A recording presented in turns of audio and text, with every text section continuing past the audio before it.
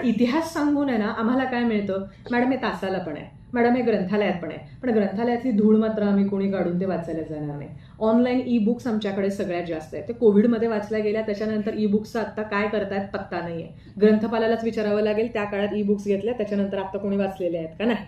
म्हणजे हे जर माझं, कारण ग्रंथपालाची मुलगी आहे त्याच्यामुळे पहिला फोकस माझा जिथं जाईल तिथं ग्रंथालयावर जास्त असतो, कारण पुस्तकं वाचली पाहिजे. तुमच्याकडे कुठलीही गोष्ट आयुष्यातली सुखदुःख तुम्ही दुसऱ्याला सांगितल्यानंतर कोणीतरी त्याचा फायदा घेईल हे जितकं खरं आहे ना, पण त्यातलंच एखाद्याचं आत्मचरित्र वाचलं आणि पुस्तक वाचलं ना, तुम्हालाच तुमचं सूर नकळत मिळेल आणि कोणाला सांगण्याची काही गोष्ट नाही.